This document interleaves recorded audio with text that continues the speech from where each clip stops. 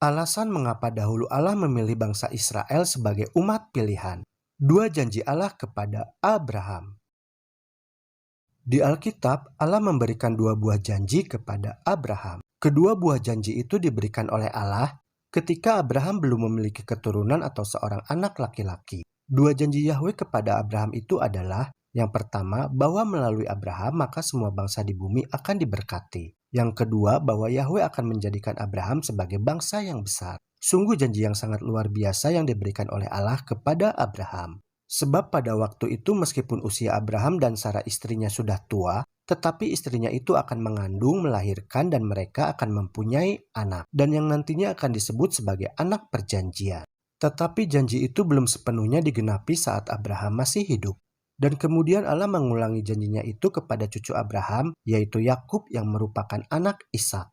Allah mengulangi janji itu dengan tambahan bahwa keturunannya akan memenuhi seluruh Mesir. Namun sama seperti yang terjadi kepada Abraham leluhurnya, kegenapan janji Allah itu juga tidak terjadi pada zaman Yakub masih hidup. Namun janji Allah itu baru digenapi pada zaman Musa, yaitu setelah sekitar lebih dari 400 tahun kemudian sejak Allah berjanji kepada Abraham. Tuhan mengumumkan kepada Musa bahwa Yahweh akan membawa bangsa Israel untuk keluar dari negeri Mesir, untuk menuju ke tanah yang berlimpah dengan susu dan madu, yaitu menuju ke tanah Kanaan atau tanah perjanjian. Sebuah negeri yang dahulu pernah dimasuki oleh Abraham, setelah Abraham dan keluarganya meninggalkan tanah leluhurnya di Ur Kasdim. Dan di tanah Kanaan itu pula, dahulu Tuhan menampakkan diri kepada Abraham, serta menjelaskan bahwa pada saat itu sesungguhnya Abraham sedang berjalan di tanah yang akan diberikan oleh Tuhan kepada keturunannya. Tertulis dalam Kejadian 12 ayat 7. Dan Allah beberapa kali mengulangi janjinya tersebut. Yahweh juga mengulangi janjinya itu kepada Yosua yang merupakan penerus Musa. Dan pada zaman Daud, sebagian besar janji itu telah digenapi tapi belum sempurna atau belum seluruhnya. Dan dalam kitab Ibrani 11 ayat 9-10 dan ayat 13-16 dijelaskan bahwa Abraham dan bapak-bapak yang setia lainnya melihat bahwa tanah Kanaan itu adalah sebagai simbol atau bayangan akan rumah tinggal utama umat-umat tebusan Allah, yaitu tanah perjanjian surgawi.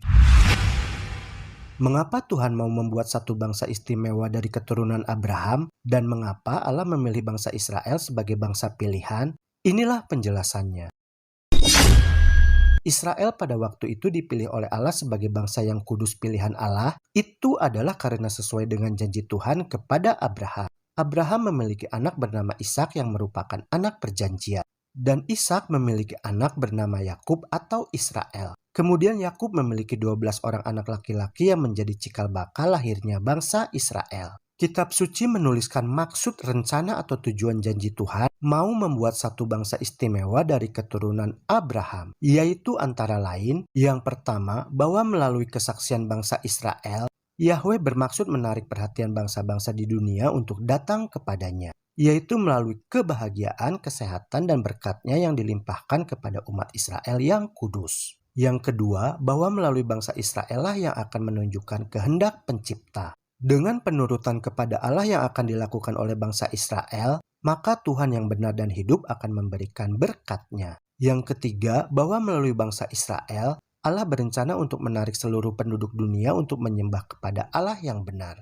Tertulis dalam Yesaya 56 ayat 7. Yang keempat, bahwa melalui bangsa Israel, Allah berencana supaya perhatian semua umat manusia itu akan tertuju kepada Allah-Nya Israel. Dan kemudian nantinya akan ditunjukkan kepada Yesus Kristus Sang Mesias Juru Selamat dunia yang akan nyata berada di tengah-tengah mereka. Namun sayangnya bangsa Israel tidak selamanya menuruti kehendak Allah. Sebab secara bangsa mereka telah menolak Yesus Kristus Sang Mesias yang telah dijanjikan. Dan itu bukan berarti bahwa rencana atau tujuan Allah itu gagal. Karena Allah itu tidak pernah gagal. Melainkan bangsa Israel lah yang menggagalkan dirinya untuk dipakai sebagai alat dari rencana keselamatan yang akan digunakan oleh Allah. Rencana dan tujuan Allah itu terus berlanjut hingga hari ini. Umat Kristen yang setia adalah juga merupakan keturunan rohani dari Abraham yang mewarisi janji Allah.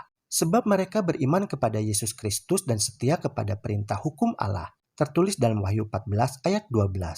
Dan sebagai umat Kristen kita juga harus menyadari bahwa di sini kita tidak mempunyai tempat tinggal yang tetap. Kita mencari kota yang akan datang. Ibrani 13 ayat 14. Dalam kitab Perjanjian Baru, jemaat adalah sebagai Yerusalem yang di atas, yang merupakan pasangan rohani dari Yerusalem dunia yang berada di tanah Kanaan. Galatia 4 ayat 26. Warga kota Yerusalem yang di atas itu memiliki kewarganegaraan mereka di surga.